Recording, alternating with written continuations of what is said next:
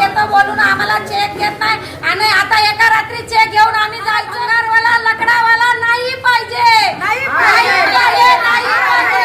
Builder आम्हाला नाही पाहिजे. दिशाभूल करतो, दिशाभूल करतो. 2012ला मी खरेदी घेतलं. त्याच्या आभा योजनेनंतर आम्ही 2024ला आम्ही फॉर्म SRA मध्ये जमा केलेला आहे. आता परिशिष्ट 2 मध्ये आमचं नावावर चढलंय, तरी पण यांनी जुन्या मालकाच्या नावावरती त्यांनी नोटीस आम्हाला इकडे पाठवलं. आम्हाला काही नोटीस आलेलं नाही आहे आणि आम्हाला एक पण नोटीस आमच्या नावानं आलेलं नाही. त्यामुळे आम्हाला काही सूचना नव्हती आणि हा भाडं घेतलं आम्ही काय सुद्धा घेतलेलं नाही.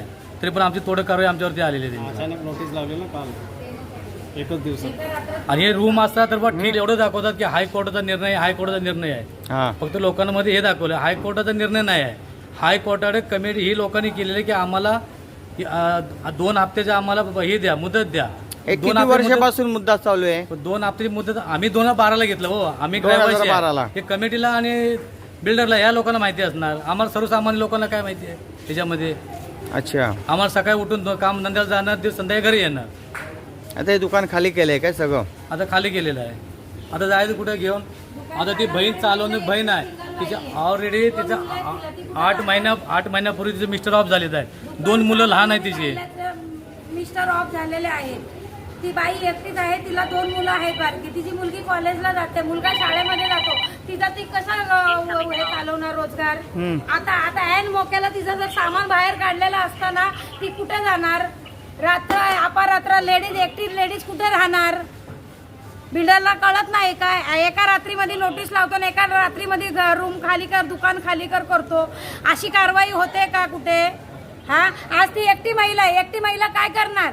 तुम्ही महिलांना प्राधान्य देता, महिलांना पुढे जा बोलता आणि आज त्या महिलांवरच कारवाई करायला उभे राहता. कसं करणार महिलांनी. आता किती डोमिलेशन झाले तुमचे इथं टोटल खोल्या? आता इथं 30-40 केले त्यांनी सकाळपासून. जरा सुद्धा ऐकायला तयार. बिल्डरचं नाव काय? लकडावाला बिल्डर. परेश लकडावाला. परेश लकड्यावाला. ठीक आहे, थँक्यू मॅडम. मी रणजित कृष्णा नरवणकर, जय हनुमान समर्थनगर SRA सहकारी ग्राम संस्थेचा अध्यक्ष. आमची सोसायटी 2004 पासून 2004ला बिल्डरने फॉर्म भरले. तेव्हा बिल्डर होता SB असोसिएट बेलोसे. त्यानंतर बेलोसेने आर्थिक परिस्थिती नसल्यामुळे त्यांनी 2010ला परवेश सुलेमान लकडावालाला घेतलं पार्टनरशिपमध्ये. त्यानंतर त्यांच्या दोघांचे 2010 ते 12पर्यंत दोघांच्या कोर्टात केस चालू होते. काय घेणं देणं होते का कशावरून होते काय माहिती. त्यानंतर 2012 नंतर आम्ही कंप्लीट केली SRAला. त्या SRAला हेअरिंग लागली. निर्मल देशमुख साहेब होते CO 12 का 13मध्ये. तेव्हा तिथे हेअरिंग लागली. तेव्हा निर्मल देशमुख साहेब बोलले की तू घेणारा कोण आणि तू देणारा कोण. तर तुमच्यावर हे चालणार ना तर सोसायटीला विचारलं तुमचं काय म्हणणं आहे. तुम्ही बोला साहेब लवकर काम चालू झालं पाहिजे, हे नाही करावं नाही तर हे नाही करावं. तर त्यांनी म्हणजे तुमचे प्रॉब्लेम त्यांनी सॉल्व्ह नाही केले अजून काहीच नाही. तर त्यांनी सांगितलं, निर्मल देशमुख साहेबांना बोललं तुम्ही GBR घ्या, GBRमध्ये यांचा ठराव पास करा आणि मग हे करा. तर त्यावेळेला सुद्धा 2012ला आम्ही GBR त्यांना दिला होता. त्यानंतर सुद्धा त्याने काम नाही केलं. त्यानंतर त्याने एक गौतम आहुजा म्हणून बिल्डर होता लिंक रोडला, त्याच्याकडून 5 करोड रुपये घेतले लकडावाल्याने. तर त्यांच्यामध्ये पण वाद चालू झाले. तर आम्ही त्यांना कमिटी पूर्ण जाऊन भेटलो गौतम आहुजाला. तर ते बोलले माझ्याकडून पेपर काही साईन करायचे राहिलेत, तर अजून करोडो रुपये मागतोय आम्हाला. तर मी काय त्याला देत नाही, पण तुम्ही थांबा जरा 13-2 करू नका. म्हणजे त्यावेळेस आम्ही 13-2 करत होतो. तर थांबा जरा आम्ही बसतो बोलतो. त्यानंतर गौतम आहुजा पण मला भेटला नाही. नंतर आम्ही मग परत लकडावाला विचारलं की बाबा काय करतो तू. तर त्याने असं उत्तर दिलं की तुम इधर जा रहे हो उधर. अरे पण हमको मालूम पड़ रहा है तो हम जाएंगे ना, हमारा काम क्यों नहीं जल्दी हो रहा है.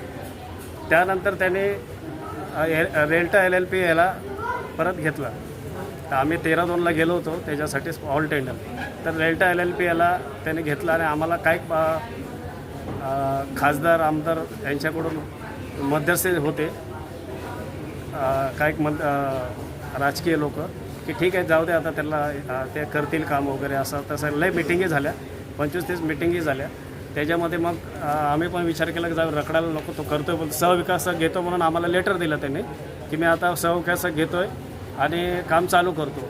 तर त्याने काय बोलला होता मी अपात्राला पात्र करून देतो, अपात्राला भाडं देतो, राहिलेल्या लोकांना भाडं. काही लोक आमच्यामधले राहून गेलेले. खरोखर ते त्यावेळेला त्याने NH2 चुकीचा त्याने सबमिट केलं. कारण की इथं 3 बिल्डर आहेत, या जागेवर 3 बिल्डर आहेत. 3 बिल्डरमुळं ओव्हरलॉपिंगमुळं ते काही लोक राहून गेले, त्यांच्यात पण राहिले, आमच्यात पण राहिले. तर आम्ही ते त्याला प्रश्न, तर तो आम्हाला पहिला सांगायचा त्यावेळेला 2010 आला, तेव्हा बोलत अरे नाही रहेगा, मेरे को FSI मिलेगा, ये मिलेगा, मैं मेरे सेल में से देगा, डरो मत. आम्ही त्याला विश्वासावर राहिलो. त्यांचं काय नाव होतं त्या बिल्डरचं जे FSI घेणारा? तो परवेश लकडावलाच बोलला होता आम्हाला अच्छा. की माझ्या FSI मधून तुम्हाला घरी देईन जर नाही झाले तर, असं तो बोलला होता त्यावेळेला. आणि त्यानंतर आता मागे त्याची मिटिंगी चालू झाल्या. आता गरमीमध्ये पावसाळा आला आणि त्यांनी काल नोटीस लावली आणि आज तोडायला आले. आम्ही त्यांना विचारलं सुद्धा, तुम्ही काल नोटीस लावलं? ते म्हणतात कोर्टाची ऑर्डर आहे वगैरे असं तसं. ते बोललं ठीक आहे, आम्ही कोर्टाच्या ऑर्डरला अवमान करणार नाही, पण ते चुकीचं आहे. आम्हाला अजून एक काही टाईम पाहिजे होता, पण ते टाईम नाही भेटला आम्हाला. तर काय त्या लोकांनी काल संध्याकाळी रात्री 7 वाजता लावले त्यांनी नोटीस, संध्याकाळी 7 वाजता लावले आणि आता तोडायला आले, सकाळी तोडायला आले. म्हणजे 12 तासामध्ये तोडायला 24 तासाची तर नोटीस पाहिजे. काही लोक गावाला गेलेत, काही लोक इथं आहेत नाहीत. ह्या सगळ्या गोष्टी आहेत. आणि पुढचं जेव्हा त्याने आमच्याशी हे बोललं, आम्ही सहविकासक घेतो हे बघा हे करतो, तेव्हा आम्ही त्यांच्याशी बसून त्याला ठीक आहे लढायला नको, लवकर काम चालू का व्हायला पाहिजे. तर तो त्यावेळेला बोलला की अपात्राला भाडं देतो, राहिलेला लोकांना भाडं देतो आणि पात्र करून देतो.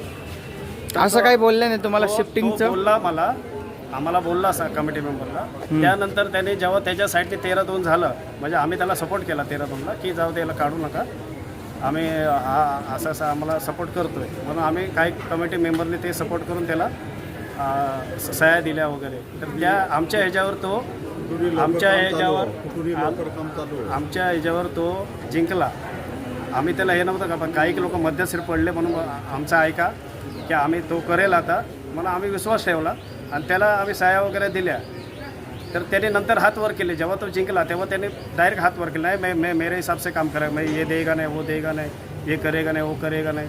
नंतर त्याने हात वर केल्यानंतर कमिटीला सुद्धा, कमिटी सोसायटी ही रजिस्ट्रेशन आहे, सोसायटीला सुद्धा त्यांनी विचारलं नाही, काय नाही. डायरेक्ट त्याने सोसायटीची मिटिंग नाही, काय नाही, डायरेक्ट त्याने नोटीस लावायचे चालू केले, तोडक कारवाई चालू केली. तर मग आम्ही परत त्याच्या विरोधात गेलो. आम्ही 13-2ला आता गेलेलो आहे. आम्ही हायकोर्टात पण गेलो. नंतर हायकोर्टाने आम्हाला वेळ दिला, 14 दिवसाचा वेळ दिला किंवा 14 दिवसामध्ये तुम्ही खाली करा किंवा काय. आता 14 दिवस संपले तर त्यांनी डायरेक्ट नोटीस लावली आणि परत तोडायला आले. तर आमचं असं म्हणणं आहे की त्याने जी आमच्याशी गद्दारी केली आहे, तर आम्ही आता 13-2ला गेलो आहे आणि आम्हाला आता AJRCमध्ये आमची तारीख होती. AJRCमध्ये आम्हाला सांगितलं की तुम्ही GBR घ्या, GBRमध्ये पात्र लोक ठरवतील ते बिल्डर पाहिजे की नाही. तर ते मिटिंगसुद्धा आम्ही आता तिथून AJRCमधून आम्हाला तारीख भेटली की आम्ही ती मिटिंग 15 दिवसात लावणार आहे. तेव्हा त्याच्यामध्ये हा बिल्डर राहील की नाही हे लोक ठरवतील, पात्र लोक ठरवतील. नाही पाहिजे, नाही असं पाहिजे, आम्हाला बिल्डर नाही पाहिजे, नाही पाहिजे, बिल्डर पाहिजे, नाही पाहिजे, नाही पाहिजे, बिल्डर नाहीच पाहिजे, बिल्डर पाहिजेच नाही, बिल्डर नाही पाहिजे.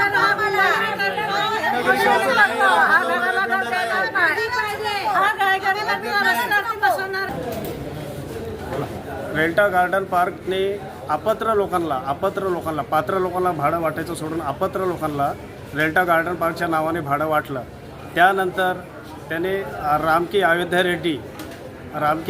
रेड्डी यांना पार्टनरमध्ये घेतला. कोणी मुस्तिकीमने, रेल्टा गार्डन पार्क आणि लकडावाल्याने. त्यांनी त्याला लकडावाल्याला 9 करोड रुपये दिलेत असं आम्हाला कळालं. तर ते हे असेच आम्हाला विकत चाललेत. तरीसुद्धा आम्ही त्याला सपोर्ट केला किंवा चला रामकी अयोध्या रेड्डी हा चांगला माणूस आहे, त्याचं नाव ऐकून आम्ही सपोर्ट केला.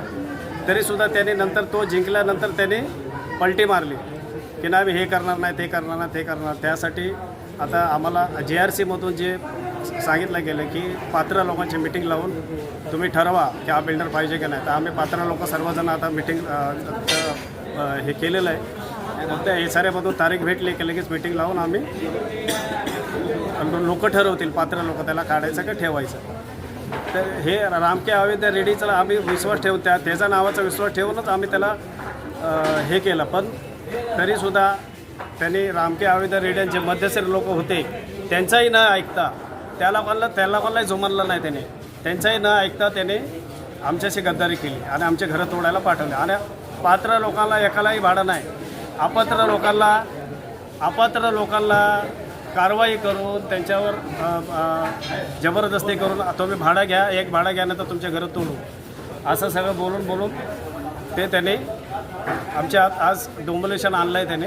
आम्हाला बोला डोंबलेशन नाही आणणार काय नाही आणणार, पण त्याने पलटला आणि सोसायटीला न विचारता हे सगळं काम केलं आहे त्याने. असं आहे.